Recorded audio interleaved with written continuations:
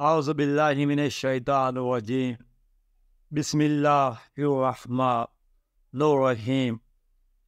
میرے پیارے مسلمان بھائیوں و معزز ناظرین کرام، اللہ تبارک تعالیٰ کی زمین پر حکومت کرنے کا اصل حق صالحین اور نیک لوگوں کا ہے۔ یہ بات اللہ تبارک تعالیٰ نے قرآن پاک میں بھی کہہ دی ہے کہ زمین پر حق یہ صالحین کا ہے، حکومت کا حق صالحین کا ہے۔ اور ہم صالحین کی تاریخ پر نظر ڈالتے ہیں، جیسا کہ حضرت یوسف علیہ السلام اللہ تبارک تعالیٰ کے نبی بھی تھے، بادشاہ بھی تھے، زمین پر حکمران بھی تھے۔ حضرت داؤد علیہ السلام اللہ کے خلیفہ بھی تھے، زمین پر رسول بھی تھے، بادشاہ بھی تھے۔ حضرت سلیمان علیہ السلام زمین پر بادشاہ بھی تھے، اللہ کے رسول بھی تھے، یہ صالحین لوگوں میں سے تھے۔ اسی طرح حضور پاک صلی اللہ علیہ وسلم سردار الانبیاء حضرت ابوبکر صدیق، حضرت فاروق اعظم، حضرت عثمان غنی، حضرت علی المرتضیٰ، حضرت عمر بن عبد العزیز، حضرت امام حسن، یہ تمام حضرات یہ صالحین میں سے تھے۔ وہ حضور پاک صلی اللہ علیہ وسلم امام الصالحین ہے۔ حضرت ابوبکر صدیق آپ کا کیا مقام ہے، حضرت فاروق اعظم کا کیا مقام ہے۔ میرے دوستوں بھائیوں، جب حضرت فاروق اعظم کے پاس اقتدار آیا تو آپ نے کیا کیا؟ آپ رات کو بیس تبدیل کر کے مدینے کی گلیوں میں آپ باقاعدہ گشت فرماتے تھے، ان لوگوں کے حالات سے آگاہی کرتے تھے اور وہاں پر ان کے مسائل حل کرتے تھے۔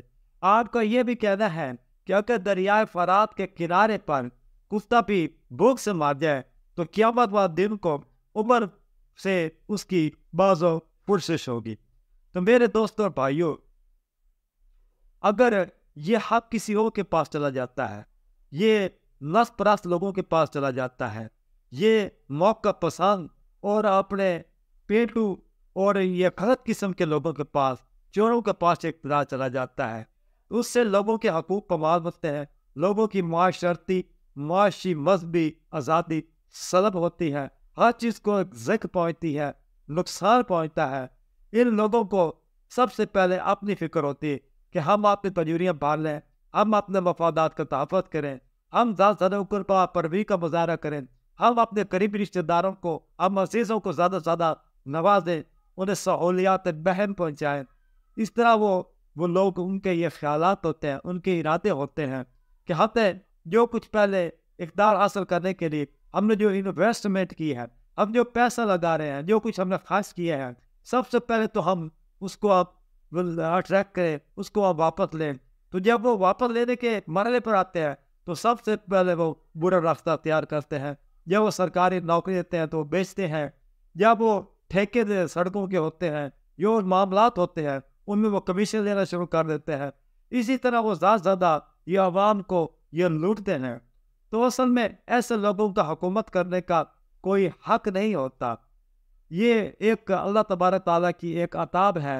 اگر عوام غلط ہے، غلط سوچ والی ہے، اندھی عوام ہے، اللہ تبارک تعالیٰ ان پر حکمران بھی برے اور نفس پرست اور یہ موقع پرست لوگ وہ اللہ تبارک پر مسلط فرما دیتے ہیں۔ اس لیے میرے دوستوں بھائیوں، جب اقتدار لوگوں کے پاس ہوگا، اس سے لوگوں کی جان مال کو تحفظ حاصل ہوگا۔ وہ لوگ زیادہ زیادہ معاشرتی، معاشی سہولیات سے وہ بہرہ ہوں گے، مستفید ہوں گے۔ اگر یہ چیز نہیں ہوگی تو لوگوں کے ساتھ بھیڑ بکری والا سلوک ہوگا۔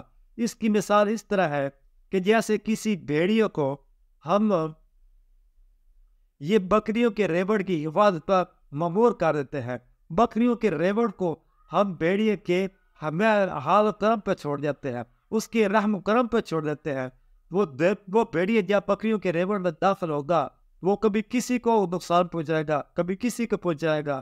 سب بھیڑے اس بھیڑیے سے وہ لو لوہان ہوں گی۔ تو میرے دوستوں بھائیوں، یہ حالات یہ نفس پرست حکمرانوں کا ہے جو کہ ہمارے معاشرے میں ہیں۔ جب یہ ووٹ لینے آتے ہیں اس وقت یہ ایسے باتیں ہوتے ہیں کہ ان کے جسم میں روح نہیں ہے۔